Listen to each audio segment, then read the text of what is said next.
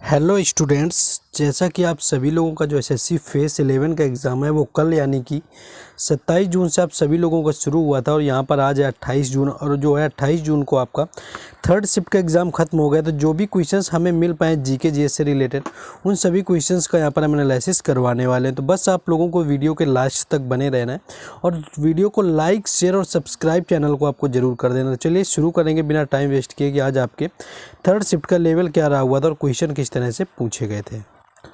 जैसे पहला क्वेश्चन आपका आया हुआ था, देखिए ये पहला क्वेश्चन वो है जो आपका अभी तक के एसएससी एग्ज़ाम में कितनी भी बार रिपीट हुआ है।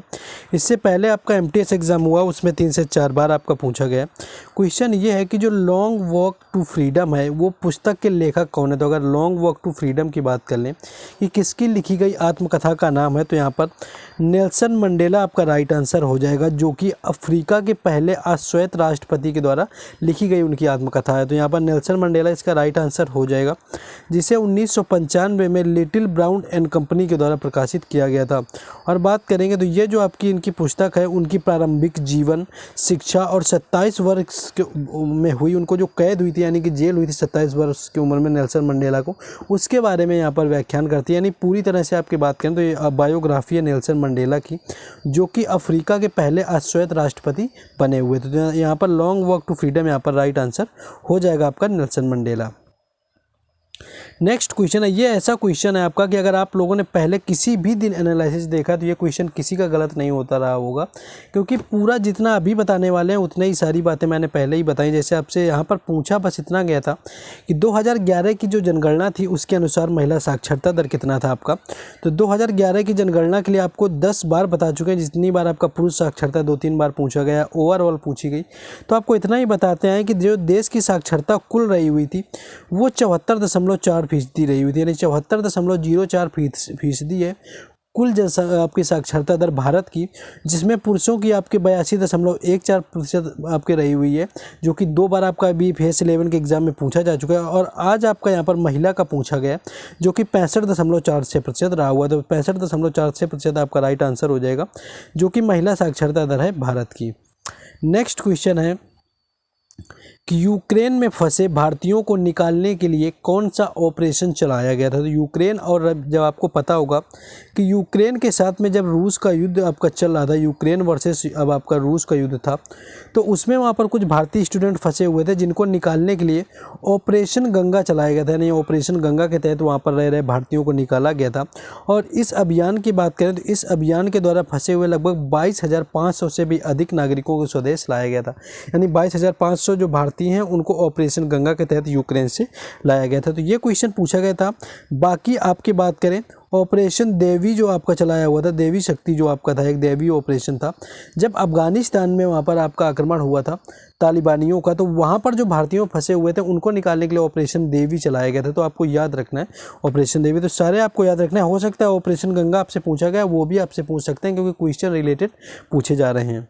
नेक्स्ट आगे जाएंगे, लेकिन उससे पहले जिन लोगों ने अभी तक वीडियो को लाइक और चैनल को सब्सक्राइब ना किया हो तो आप लोगों को सबसे पहले वीडियो को लाइक और चैनल को सब्सक्राइब तो कर देना है, क्योंकि हर एग्जाम से रिलेटेड एनालिसिस यहाँ पर आप सभी लोगों को मिलता रहता है।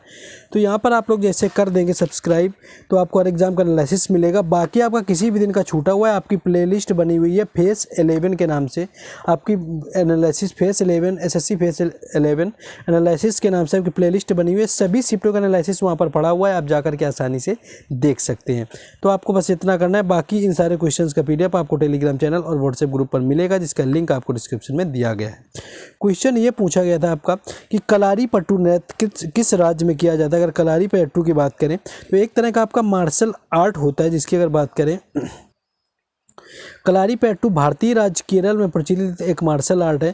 जिस तरह से आपका मार्शल आर्ट आपका एक थांगटा होता है, थांगटा मार्शल आर्ट होता है जो कि मणिपुर राज्य से संबंधित होता है। कलारीपयट्टू पूछा गया केरल से संबंधित है, एक तरह का मार्शल आर्ट होता है जिसमें कि 2 लोग मिल करके आपस में कलाबाजियाँ दिखाते हैं और इस खेल में महिला और पुरुष दोनों हिस्सा लेते हैं। तो यहाँ पर अगर कलारीपयट्टू के साथ साथ और बात करें तो आपका जो कथकली होता है, कथकली और उसके साथ में एक और नृत्य होता है आपका मोहिनी अट्टम। तो दो आपके यहाँ पर कथकली और मोहिनी अट्टम जो होता है उनकी बात कर लें तो ये भी आपके केरल के शास्त्रीय नृत्य हैं। जैसा कि कुल भारत के 8 शास्त्रीय नृत्य हैं, उन 8 शास्त्रीय नृत्यों में कथकली और मोहिनी अट्टम केरल का, आंध्र प्रदेश का कुचिपुड़ी, तमिलनाडु का भरतनाट्यम, आंध्र प्रदेश का आपका कुचिपुड़ी बता चुके हैं, असम का सत्रिया, उड़ीसा का ओडिसी, मणिपुरी का मणिपुरी और उत्तर प्रदेश का कथक होता है। तो सारे जो हैं आपको यहाँ पर याद रखने क्योंकि आपके पूछे जा सकते हैं। कलारी पैटू आपका हो गया। आगे देखेंगे, आगे एक आपका क्वेश्चन आया हुआ था स्पोर्ट्स से, यहाँ पर पूछा गया था कि जो पंकज आडवाणी है इनका संबंध किस खेल से। तो अगर पंकज आडवाणी की बात कर लें कि इनका संबंध किस खेल से है यहाँ पर, तो पंकज आडवाणी एक भारतीय प्रोफेशनल इंग्लिश बिलियर्ड्स खिलाड़ी और भूतपूर्व स्नूकर खिलाड़ी रहे हुए हैं। यानी आपको ऑप्शन में बिलियर्ड्स दिया होगा क्योंकि इनका जब भी क्वेश्चन पूछा जाता है पंकज आडवाणी को ऑप्शन में बिलियर्ड्स आपका दिया जाता है। तो बिलियर्ड्स से संबंधित है पंकज आडवाणी। इसके साथ इन्होंने 3 विभिन्न वर्षों 2005 में, 2008 में और 2012 में एक साथ इंग्लिश बिलियर्ड्स का hat trick of hat tricks, hat trick tricks खिताब, विश्व चैंपियनशिप, एशियन चैंपियनशिप और इंडियन नेशनल चैंपियनशिप का खिताब जीत चुके हैं। तो ये आपसे क्वेश्चन पंकज आडवाणी का पूछा गया था। तो बिलियर्ड्स यहाँ पर जो आपको दिया हुआ है राइट आंसर हो जाएगा। नेक्स्ट क्वेश्चन आगे देखेंगे। नेक्स्ट क्वेश्चन आपका कुछ इस तरह से आया हुआ था कि जो सुप्रीम कोर्ट के जज हैं उनकी संख्या कब तक बढ़ाई गई। तो अगर सुप्रीम कोर्ट के जजों की अगर संख्या बढ़ाने की बात करें तो जैसे जैसे न्यायालय के कार्य में वृद्धि होती चली गई, यहाँ पर आई होप कि आपके जब तब पूछा गया होगा जब 34 आपके किए गए थे। तो पहले का सबसे पहले बात करें तो भारतीय संसद ने जो न्यायाधीशों की मूल संख्या थी आपकी 8 से बढ़ाकर 1956 में 11 किया था। यानी मूल जो संख्या थी वो 8 होती थी, 1956 में 11 कर दी जाती है।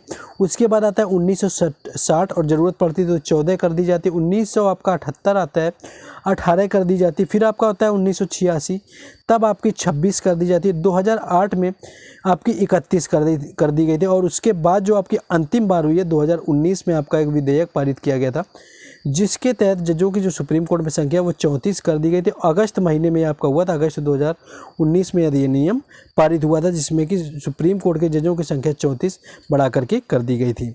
नेक्स्ट एक क्वेश्चन आपका ऐसा कुछ पूछा गया था कि 1993 में आपका जो 1993 नहीं एक्चुअली एलिजाबेथ के आने पर किस नृत्यांगना ने नृत्य किया हुआ था। तो यहाँ पर क्वेश्चन और ऑप्शन इतने नहीं मिल पाते हैं, कुछ ज़्यादा ही टफ लेवल का कुछ पूछ लेते हैं स्टैटिक वगैरह में। ये 1983 में आई हुई थी, 1993 में तो आई ही नहीं है, क्वेश्चन में थोड़ा मिस स्पेल्ड है यहाँ पर। बाकी बात कर लेंगे तो 3 बार एलिजाबेथ यहाँ पर भारत में आई हुई हैं, तो आ चुके हैं। एक बार 1967 में आई हुई थी, तो 3 बार एलिजाबेथ आ चुकी है। एक क्वेश्चन देखिए आपका बिल्कुल टफ ही एक तरह से कहेंगे पूछा गया था कि हरियाणा में बना जो रजिया सुल्तान का मकबरा है किस पत्थर से बना हुआ है। देखिए पत्थर तो यहाँ मकबरा लोगों को नहीं पता है, शायद मुझे लगता है कि हरियाणा में बना हुआ रजिया सुल्तान का। तो रजिया सुल्तान की बात करें तो सबसे कम उम्र के उत्तराधिकारी रही हुई हैं। और इनके मकबरे की बात करें तो कैथल में इनका मकबरा बना हुआ था जो कि इनके सौतेले भाई बहराम ने बनवाया हुआ था। बाकी अगर और बात कर लेंगे तो रजिया सुल्तान भारत की पहली महिला सल्तनत थी और उन्होंने 1236 से लेकर के 1240 के अंत तक दिल्ली की अदालत पर शासन किया हुआ था। और ऐसा करने वाली एकमात्र महिला थी जिन्होंने सिंहासन पर कब्जा करने के लिए अपनी सभी बाधाओं को टाल दिया गया था, जिसमें उनके लिंग और उनके दास पर संघर्ष पर काबू पाना आपका शामिल था। तो यहाँ पर आपका रखा गया था जैसा कि आपसे पूछा गया था कि यहाँ पर कैथल में, तो ये क्वेश्चन का एग्जैक्ट आंसर यहाँ पर नहीं मिल पाया। देखिए रिवर से आपका इसमें रिलेटेड फिर से आपका पूछा गया है रिवर से रिलेटेड क्वेश्चन कि जो सिंधु नदी है उसकी सहायक नदियाँ कौन कौन सी है, पहले भी ये क्वेश्चन पूछा जा चुका है।